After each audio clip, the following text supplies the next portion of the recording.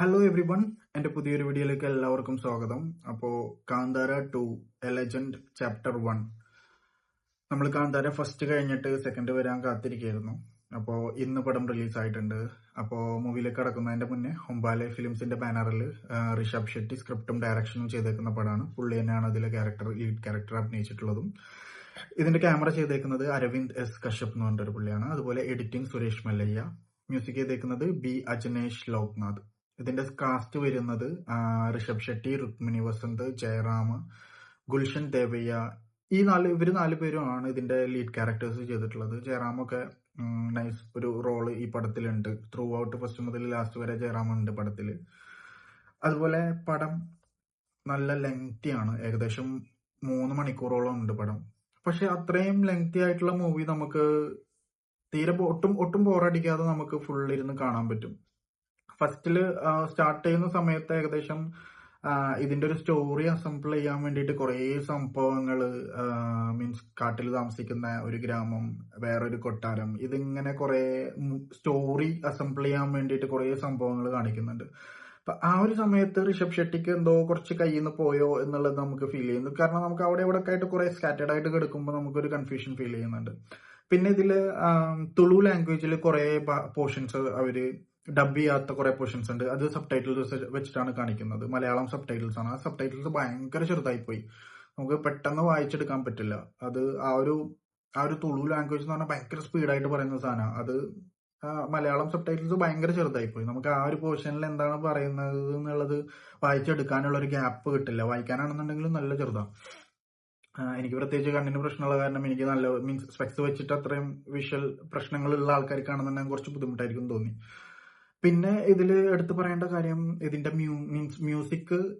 ഞാൻ മലയാളം ഡബിംഗ് ആണ് കണ്ടത്. പാട്ടുകള് കുറച്ച് മലയാളത്തിൽ വന്നിട്ടുള്ള പാട്ടുകള് കുറച്ച് നമുക്ക് ഡബിംഗ് ആണെന്നുണ്ടെങ്കിലും ഡയലോഗ് ഡെലിവറി ആണെങ്കിലും പാട്ടിലത്തെ ലിറിക്സ് ആണെന്നുണ്ടെങ്കിലും ചില സമയത്ത് നമുക്ക് ഭയങ്കര ബോറിംഗ് ആയിട്ട് ഫീൽ ചെയ്യും. എന്ത് ഷോക്കാണെന്നുള്ളത് ചില സാധനങ്ങളിൽ നമുക്ക് തോന്നും. യൂഷ്വൽ മലയാളം ഡബ് ചെയ്യുമ്പോഴുള്ള പ്രശ്നങ്ങൾ തന്നെ. പിന്നെ ഓവറോൾ മ്യൂസിക് ചെയ്തു വെച്ചേക്കുന്ന BGMസും കാര്യങ്ങളൊക്കെ അടിപൊളിയാണ്. BGMന്റെ കാര്യം പറയുമ്പോൾ മെയിനായിട്ട് സ്റ്റാർട്ടിങ്ങിൽ ഒരു സെക്ഷൻ വരെ pirates of the Caribbean inspire ആയിട്ട് ചെയ്ത പോലെ ഒരു ഫീലിംഗ് ഉണ്ടായിരുന്നു.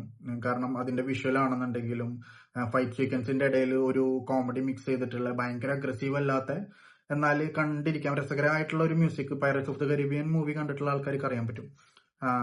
ആ ഒരു മ്യൂസിക്, ആ ഒരു ടൈപ്പ് മ്യൂസിക് ആണ് ഒരു സെക്ഷൻ വരെ, സ്റ്റാർട്ടിങ്ങിൽ ഒരു സെക്ഷൻ വരെ പിടിച്ചേക്കുന്നത്. അത് കഴിയുമ്പോൾ പിന്നെ നോർമലി കാന്താരയുടെ വൈബിലേക്ക് വരും. പിന്നെ ഋഷഭ് ഷെട്ടി പുള്ളിയുടെ ആക്ടിങ് ഇതിൽ എടുത്തു പറയേണ്ട സാധനമാണ്.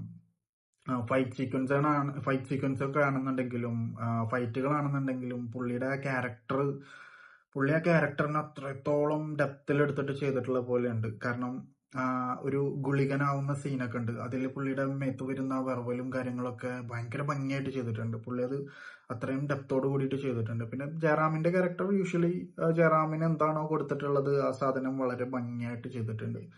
പിന്നെ ഇതിലത്തെ ഗുൽഷൻ ദേവയ്യ എന്ന് പറഞ്ഞിട്ടൊരു ക്യാരക്ടർ ഉണ്ട്, ജയറാമിന്റെ മകനായിട്ട് അഭിനയിച്ചിട്ടുള്ള രാജാവാണ്. പുള്ളി നമ്മൾ ഇതുവരെ കാണാത്ത വ്യത്യസ്തമായിട്ടുള്ള ഒരു രാജാവ്, ഫുൾ പുച്ഛം.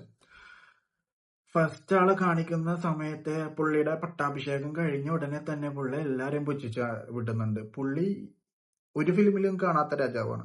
ഫുൾ എൻജോയ് ചെയ്ത് നടക്കുക. ആ ഒരു രാജാവ് അല്ലെങ്കിൽ ആ കിങ്ങിന്റെ പവർ പുള്ളി ഫുൾ എൻജോയ് ചെയ്തിട്ട് പുള്ളി പടത്തിൽ ത്രൂ ഔട്ട് ഉണ്ട്. പിന്നെ ഇതിന്റെ എഡിറ്റിംഗ് ആണെന്നുണ്ടെങ്കിലും VFX ആണെന്നുണ്ടെങ്കിലും കളർ ഗ്രേഡിംഗ് ആണെങ്കിലും നമുക്ക് ആ ഒരു ബിഗ് സ്ക്രീനിൽ ഇരുന്നിട്ട് ഭയങ്കര രസത്തിലിരുന്ന് കാണാൻ പറ്റും. എല്ലാം കളർ ഗ്രേഡിങ്ങും കാര്യങ്ങളൊക്കെ എല്ലാം ഭംഗിയായിട്ട് ചെയ്തു വെച്ചിട്ടുണ്ട്. ലാസ്റ്റ് വരുന്ന ഒരു സീനില് കുറച്ച് VFX പരിപാടി കുറച്ച് പാളിപ്പോയോ എന്ന് എനിക്ക് തോന്നി എൻഡിൽ വരുന്ന സമയത്ത്. അതല്ലാത്ത സാധനങ്ങളൊക്കെ നല്ല രീതിക്ക് ചെയ്തു വെച്ചിട്ടുണ്ട്. അപ്പോൾ ഇത്രയൊക്കെയാണ് കാന്താര 2ന്റെ വിശേഷങ്ങള്. നിങ്ങൾക്ക് തിയേറ്ററിൽ പോയിട്ട് നൈസായിട്ട് ഒരു വൈബിലിരുന്ന് കാണാൻ പറ്റുന്ന മൂവി തന്നെയാണ്. അപ്പോൾ ഇന്ന് പടം റിലീസായിട്ടുണ്ട്. അപ്പോൾ കാണാത്ത ആൾക്കാർ ഉടൻ തിയേറ്ററിൽ പോയിട്ട് കാണാൻ പടം. കണ്ട ആൾക്കാർ നിങ്ങളുടെ അഭിപ്രായങ്ങൾ കമന്റ് ആയിട്ട് രേഖപ്പെടുത്തുക. അപ്പോൾ അടുത്തൊരു മൂവിയുടെ വിശേഷങ്ങളായിട്ട് വരുന്നവരേക്കും ബൈ.